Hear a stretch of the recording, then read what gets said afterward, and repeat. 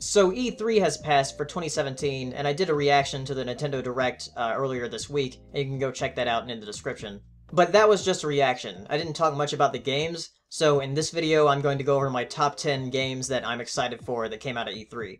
Not all of these are going to be Nintendo games. I didn't do reactions to the other conferences, but I did it for Nintendo just because I really love Nintendo. But I did watch all of the other conferences, and I kept up with some of the announcements that were made afterwards. I'll probably expand my thoughts on these games on the upcoming POS podcast, so if you want to hear more thoughts, tune into that Monday night at 9 p.m. Eastern. So here are 10 games that I'm excited for, numbered from least excited to most excited about.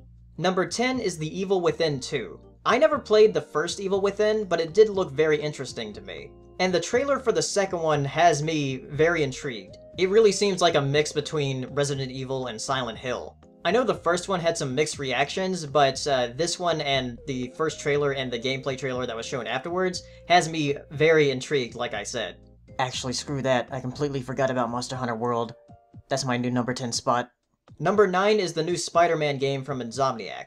Sony's conference ended with this, and unfortunately Sony's conference was a bit underwhelming to a lot of people, but at least it ended with a trailer of something that I do really want to play. I've only played a couple other Spider-Man games, one being the PS1 game, which is excellent, and I've played some Insomniac games like the first two Ratchet & Clanks. This Spider-Man game seems to be a bit cinematic with the QuickTime events they have going on, but I do really like Spider-Man and I'm interested to see where this game is heading.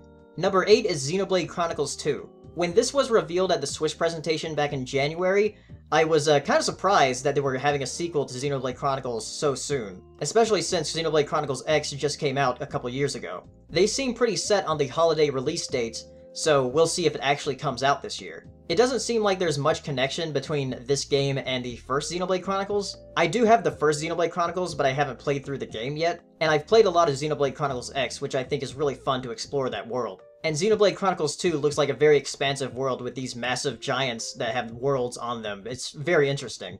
I definitely want to try to finish the first two games of the series before I tackle this one, though. Number 7 is Ori and the Will of the Wisps. Speaking of games I still haven't beaten Ori and the Blind Forest. Though I've tried playing through it twice, I just got distracted both times. One day I just need to sit down and actually finish it. But the first game was really beautiful and had excellent music, and it's a great Metroidvania, so I'm hoping the second one will be just as fun to play and just as beautiful. Number 6 is Mario & Luigi Superstar Saga plus Bowser's Minions. This was a surprise announcement after Nintendo's Direct, that we would be getting a remake of the first Mario & Luigi game on the Game Boy Advance, which is definitely one of my favorite Game Boy Advance games. They're putting it on the 3DS and having updated sprites, but they're also adding a new story where you play as Bowser's Minions, and that looks like it's going to be really fun and really hilarious. And I also can't wait to play through an updated Superstar Saga. I really love that game, so it's going to be fun. It's by far the best one out of the Mario & Luigi series.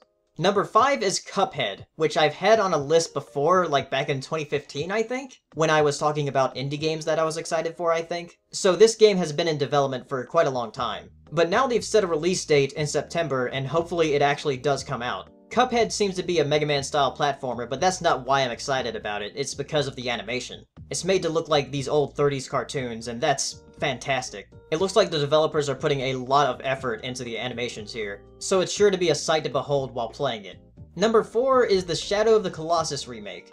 For those of you who don't know, Shadow of the Colossus is one of my favorite games, and the fact that it's getting a remake in current-gen graphics on the PS4 is amazing, and it looks beautiful. Some people were saying it's unnecessary since we already have a port on the PS3 in HD graphics, but that's not the same at all. The PS3 port still has the PS2 polygons and textures, it's not updated, just the resolution.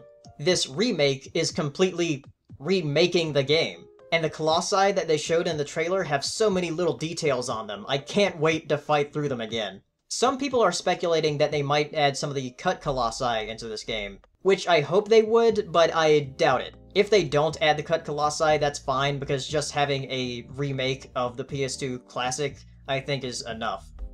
Speaking of remakes, number 3 is Metroid Samus Returns, which is the remake of Metroid 2 Return of Samus.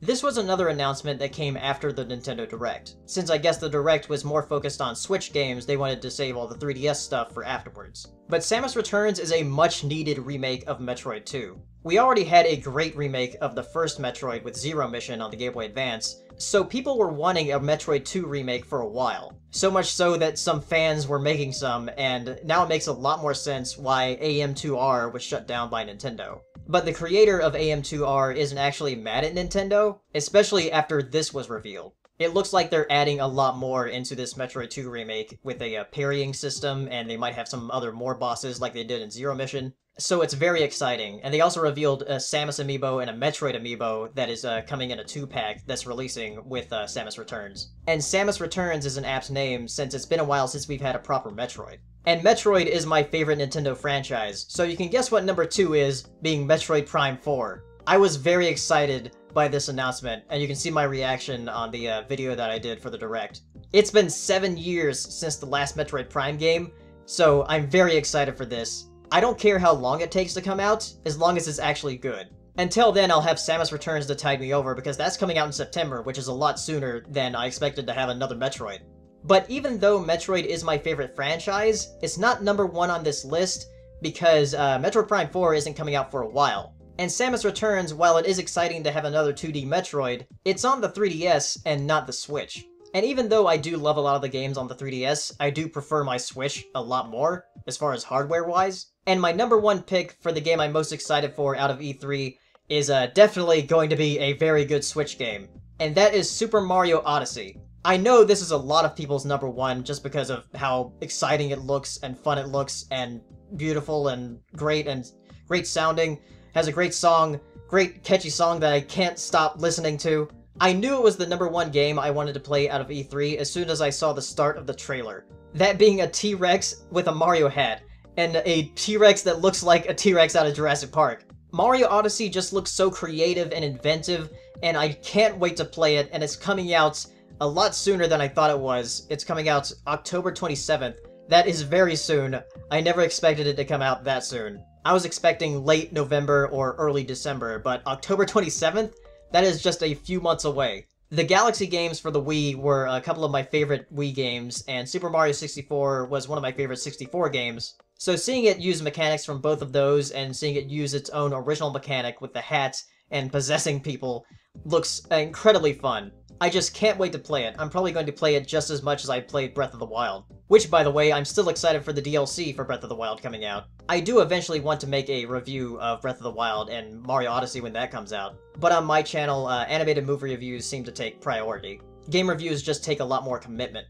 So those are all the games that I'm excited for that came out of E3. Tell me what you are excited for down in the comments, and I'll see you next time. Bye!